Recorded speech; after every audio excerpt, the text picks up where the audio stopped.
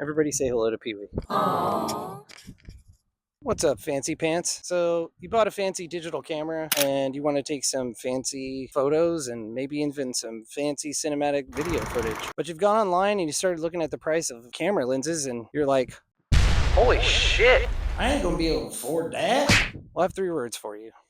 Vintage camera lenses. Let's get into it. You might be looking at me going, Darren, how the hell am I going to fit my 1960s, 1970s vintage camera lens onto my brand new digital camera that I just bought 2 weeks ago? What? And I have a solution for you.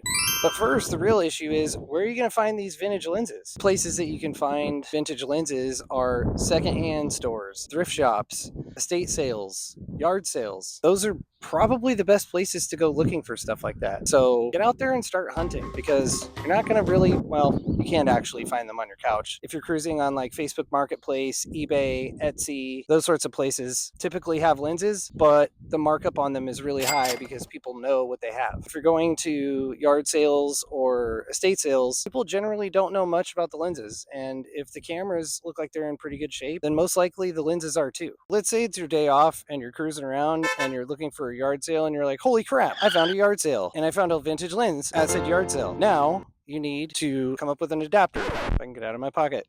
And this is what you call a lens adapter. Now, I use a Canon, so I need an RF adapter. You need to figure out what your camera takes. So if it's a Sony, it's going to be an FE or an E mount. If you have a Canon, it's going to be an RF or an EF. And any of the other brands, I'm not really sure. So you're gonna have to look that shit up. The lens adapter showed up in the mail and you're like, oh my gosh, it's time to put this stuff together. So you take your fancy lens adapter and you take your fancy vintage lens that you found at the yard sale and you fit it in there, and then you twist it until it locks, and now you have a working fancy pantsy camera lens. Now, one thing to note about these vintage lenses is they are completely manual. So there's no autofocus and you can't adjust your aperture ring inside the camera. So these are what are considered manual lenses. There are no electronics that are on these lenses, and so with some cameras you'll have to change a setting in camera to shoot without a lens. So you're tricking your camera into thinking that there isn't a lens on there and you can still shoot while there actually is a lens. What? But it's not going to show any of the data. So you won't be able to see what f-stop you're on. You'll be able to see and check if you're in focus, but your f-stop you're not going to be able to see in your viewfinder where you're at. So there's a little bit of work that's involved with having these cameras. And of course, looking through your viewfinder or looking on your screen, you'll be able to see if you're in focus by turning your focus ring and seeing if the image is actually sharp and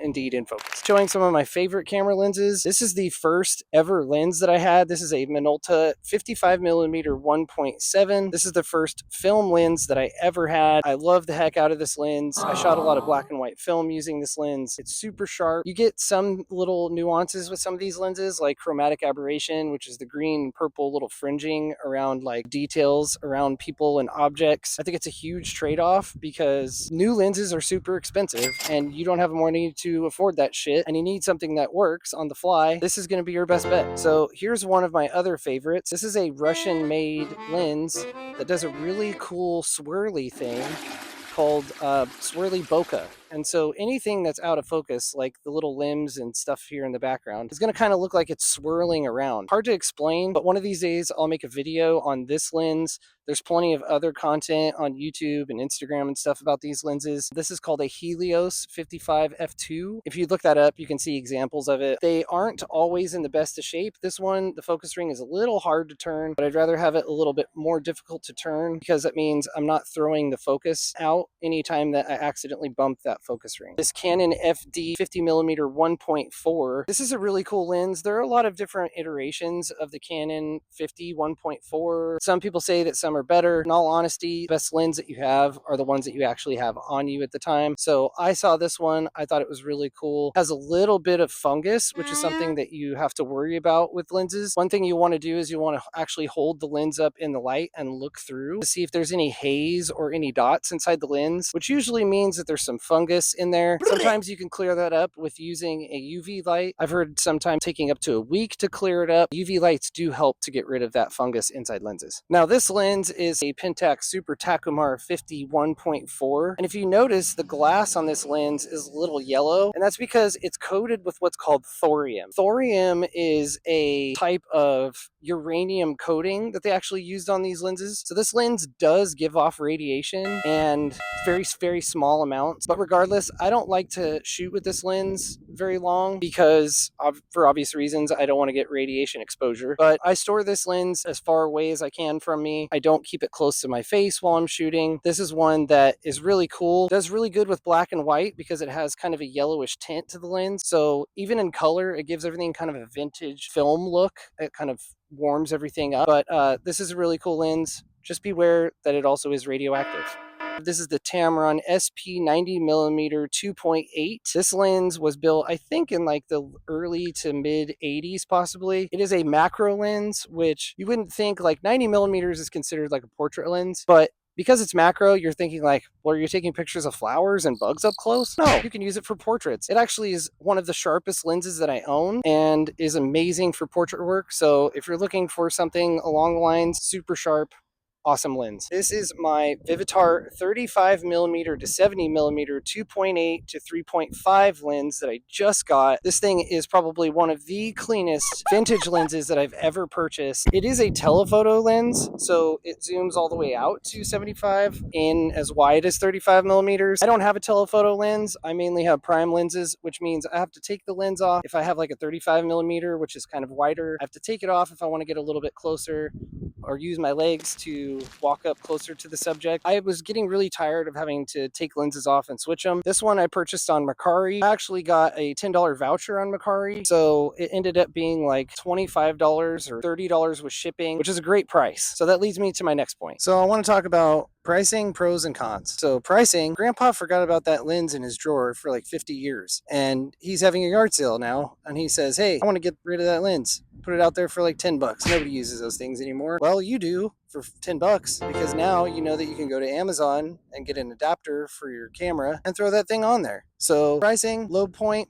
5-10 bucks. Or sometimes even free, because you might have a family member who has something that says, hey, I don't use that thing anymore. You want it? And so that's cool. And then, obviously you can go up from there. I think the most expensive one I paid for was like 60 to 80 bucks. The harder and more rare ones to find can go anywhere up to like $350, $500. And if that's not in your budget and you don't want to spend that on a vintage, manual camera lens, then, there's plenty of other options that are cheaper, maybe not as super, wide as far as the aperture goes, so you're not getting a very shallow depth of field, but some of them are really usable. It's either going to be $200 to $500 to upwards in $2,000, or as low as free $5 all the way up to maybe like $350. Just all kind of depends on what you want. Now, as far as pros go, one of the pros being that you get a really quirky, really heavy, well-built lens that's going to last you. Obviously, some of these things have been around for 50 to 60 years, so I can't see why it wouldn't last 50 to 60 more years. So that's kind of cool. You're getting good quality glass. Maybe the,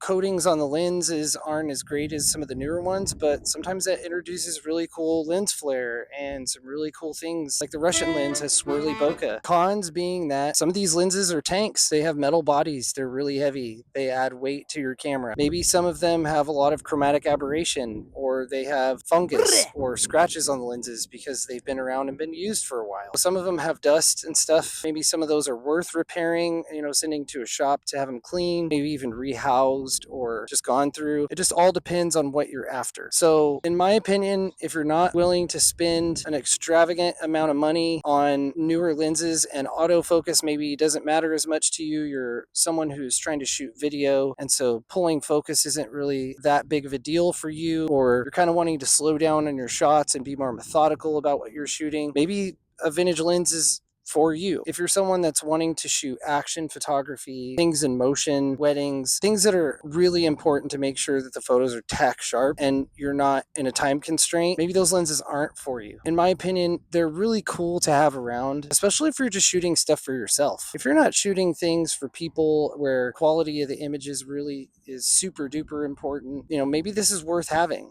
and even as a backup lens, because I've had lenses before where maybe the motor part of the focusing mechanism quits on you, and you've got this manual lens in your bag that that works. It's a tank, been through the test of time. Maybe that's something that will work better for you. These vintage lenses are really special, and I do plan on making a video where I'm going to shoot some content using them for photos and using them to shoot some video, getting those quirky little images and nuances that are in there to make the image what it is. So I'd love to make a video sometime and share that with you guys. If you enjoyed this content, please like and follow. I plan on making a ton more. But other than that, thank you for watching, and I'll see you online.